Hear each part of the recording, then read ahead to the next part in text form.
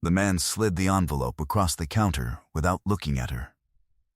It was September 1963, and the diner on Route 60 in Magdalena, New Mexico smelled of green chili and black coffee, and the particular warmth of a flat-top griddle that had been running since 5 in the morning. The kind of place where the stools had chrome that showed its age, and the hand-lettered specials on the chalkboard never changed, because the regulars never asked for anything else. A ceiling fan turned without doing much. The lunch crowd was in ranchers, 2 men from the highway crew, a woman from the Forest Service office down the block. And it had been a normal Tuesday until the man in the necktie. His name was Ferris. He worked for a property management company out of Socorro that handled 14 rental properties in Socorro County, and he had a system for these visits, and he followed it. He set the envelope down and said the rent was 90 days in arrears, and the notice inside gave 30 days to vacate. He said it the way someone says a thing they have said before and do not expect to discuss. The woman behind the counter was named Delia Roca. She did not pick up the envelope. At the far end of the counter, a large man in a work shirt with the sleeves rolled up and a battered hat set beside his coffee cup had come in 20 minutes before everyone else and had not moved since. He was watching Delia Roca's hands.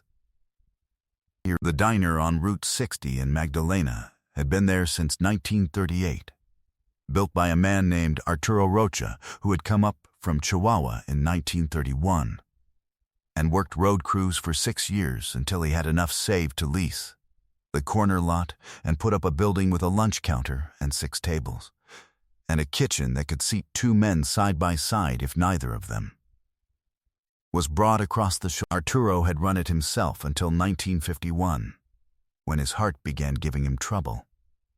And from 1951 until his death in March of 1961, he had run it together with Delia, his daughter-in-law, who had married his son Ernesto in 1940.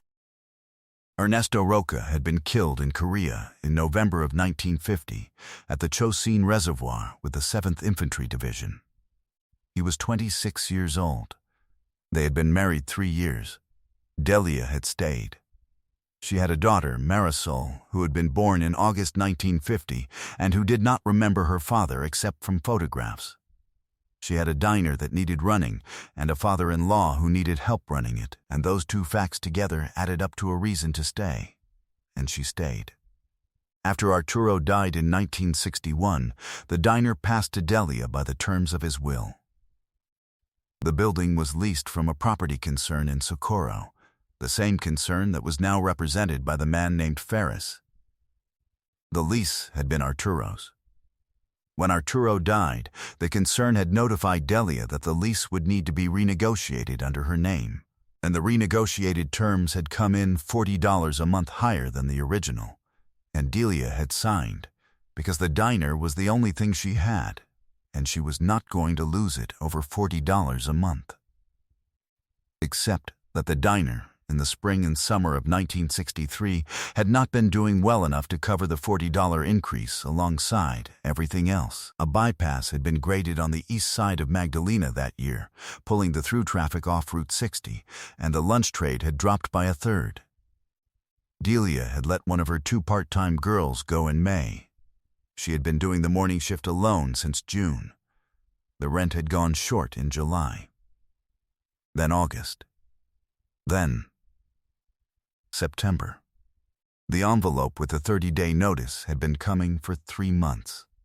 Delia was 54 years old. She had worked this counter for 22 years. She looked at the envelope on the counter in front of her. She did not pick it up. Ferris said, "Mrs. Rocha, I'll need you to sign acknowledging receipt." The diner had gone quiet. The 2 highway crewmen had both looked down at their plates. The woman from the Forest Service was looking at the ranchers at the far table had gone still. Nobody was talking, and nobody was going to. 30 days. Delia reached for the envelope. If you've ever watched someone absorb something that should have been beneath them to endure, and felt the room decide not to see it, drop your state in the comments. This one belongs to all of them. The large man at the end of the counter had not moved. He was looking at Delia's hand on the envelope.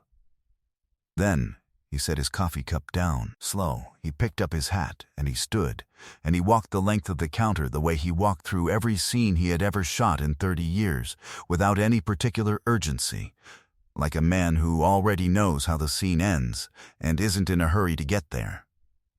He stopped beside Ferris. He said, "What does she owe?"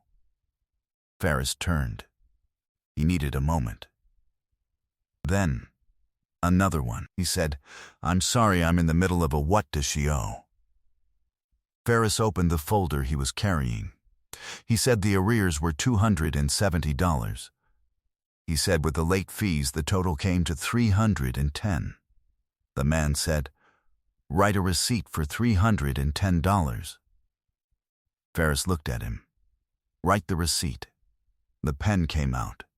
The receipt came off the pad. Ferris wrote it the way men write things when they understand a situation has changed and the fastest exit is through the paperwork. The large man took the receipt. He counted $310 from his billfold, set it on the counter, and pushed it toward Ferris, without looking at him again. Ferris took the money. He put it in the folder. He said, "I'll need to verify this." Ferris put the cap on his pen. He picked up his folder. He went to the door, and he went out, and the door swung shut behind him, and the diner was very quiet for a moment. The large man set the receipt on the counter in front of Delia and put his hat back on. Delia Roca does not move. Her hand is still on the envelope. He said, "I've been driving this road since 1955, and I've stopped in here every time. And I've been meaning to tell somebody that the Chile is the best between Albuquerque and Socorro, and nobody's ever written that down anywhere. And that's a problem." He picked up his coffee cup. "You're solving my problem." Delia looked at him. The whole counter knew who he was. She said, "Mister," and then she stopped and looked down at the receipt on the counter, and the word count for what she had to say came up. He left $1 for the coffee and walked out to the truck and drove west on Route 60, and the high desert came back up around the road, and the sky went wide and flat, and the dust settled, and the diner went back to its ordinary sounds. Delia Roca picked up the receipt. She read it. She held it for a moment. Then, what became of the diner on Route 60 after September 1963 is not a short accounting. Delia used the 30 days the notice had required, and then the 60 days after that to negotiate a new lease directly with the property owner in Socorro, bypassing the management company. She had been Arturo's daughter-in-law for 3 years, and his partner for 10, and she knew every term of the original lease, and she knew what the property was worth. And she went to Socorro, and she sat across the desk from the owner, a man named Trevino. And she laid it out plainly, and they reached a new agreement at a rate $8 lower per month than the renegotiated one, and without the management in the middle. She ran the diner for 14 more years after that. She learned to adapt. When Route 60 never fully recovered its traffic, she expanded the breakfast hours, added a dinner service on Fridays, started doing catering for the ranching operations east of town that needed feeding during roundup season.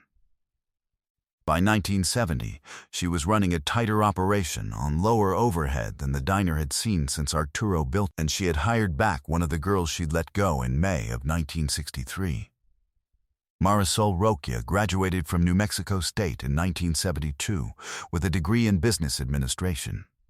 She came back to Magdalena in 1974 and took over the morning shift so Delia could stop doing it alone.